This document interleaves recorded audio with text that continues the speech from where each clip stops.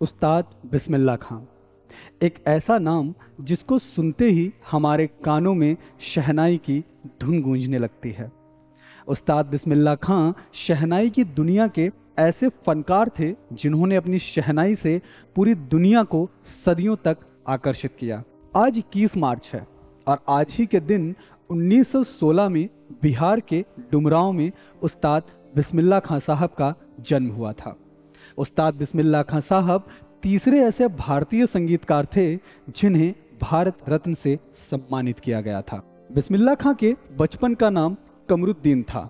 इनके पिता पैगंबर बख्श बिहार के डुमराव रियासत के राजा केशव प्रसाद सिंह के यहाँ शहनाई बजाने जाया करते थे।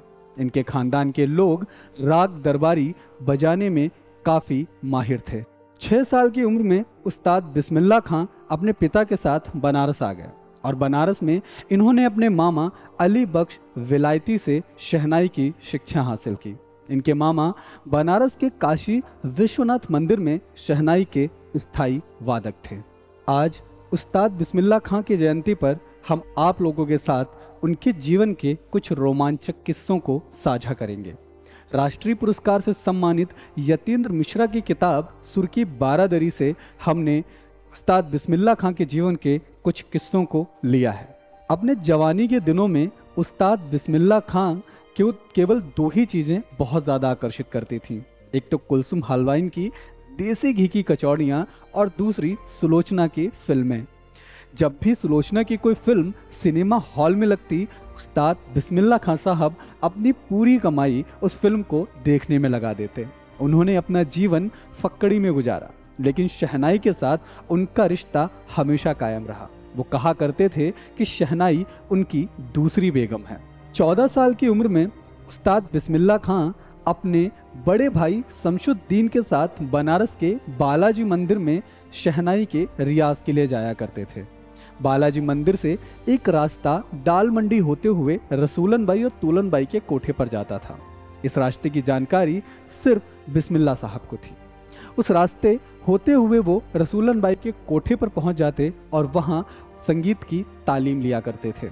रसूलन बाई जब भी कोई राग छेड़ती तो बिस्मिल्लाह साहब को यह लगता कि शायद उन्हें ईद की ईदी मिल गई। कभी ठुमरी, कभी टप्पे, कभी दादरा, ऐसे राग बिस्मिल्लाह साहब बैठे बैठे सुना करते थे और वहीं से उन्होंने भाव, मुर्की और खटका सीखा।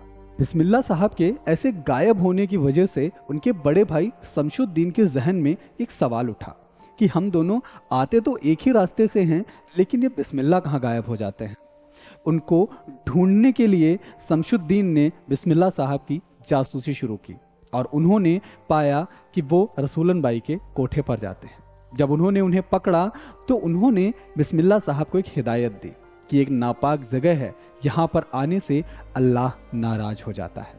खैर 4-5 दिन बीते। 4-5 दिन तक बिस्मिल्लाह साहब उस कोठे पर नहीं गए, लेकिन 4-5 दिन के बाद में जब बिस्मिल्लाह साहब से रहा नहीं गया तो फिर से वो कोठे पर पहुंचे और शमशुद्दीन ने जब उनको दोबारा पकड़ा तो फिर से उन्होंने उन्हें अल्लाह के नाराज होने की हिदायत दी। और इस पर बिस्मिल्लाह साहब ने अपने बड़े भाई को जो जवाब दिया, उस जवाब सुनकर शमशुद्दीन साहब चुप हो गए और ये जवाब ये था कि खुदा क्यों नाराज होगा। जो बात दिल से निकलती है आखिर वह पाक और नापाक कैसे हो सकती है। 15 अगस्त 1947 को जब देश आजाद हुआ तो लाल किले के प्राचीर से पंडित जवाहरलाल नेहरू ने झंडारोहण किया और झंडारोहण करने के पश्चात उन्होंने बिस्मिल्लाह साहब से शहनाई सुनाने की अपील की और वो ऐसा वक्त था जब आजाद भारत की पहली शहनाई उस्ताद बिस्मिल्लाह खां ने बजाई थी। 2001 में उस्ताद बिस्मिल्लाह खां को भारत रत्न से सम्मानित किया गया। उनको भारत रत्न मिलने के बाद उनके शिष्या ने उनसे एक सवाल पूछा। कहा, बाबा आपको भारत रत्न से सम्मानित किया गया है, लेकिन फिर भी आप ये फटी हुई लुंगी क्यों पहनते हो। वो सुनकर उस्ताद बिस्मिल्लाह खां साहब ने जवाब दिया। कहा, धत पगली, ये भारत रत्न मुझे शहनाई के लिए मिला है, ना कि मेरी फटी हुई लुंगी के लिए। लेकिन मैं इसे बदल दूंगा और मेरी खुदा से बस एक ही गुजारिश है कि जब मुझे अगला जन्म दे तो सुर पक्का दे, लुंगी भले ही फटी क्यों ना हो, क्योंकि अगर लुंगी फटी हुई तो दोबारा सी जाएगी, लेकिन सुर का कोई दूसरा विकल्प नहीं। इसी तरह की तमाम किस्से और कहानियों के साथ भारत के इस नायाब हीरे ने 21 अगस्त 2006 को हमें अलविदा कह दिया।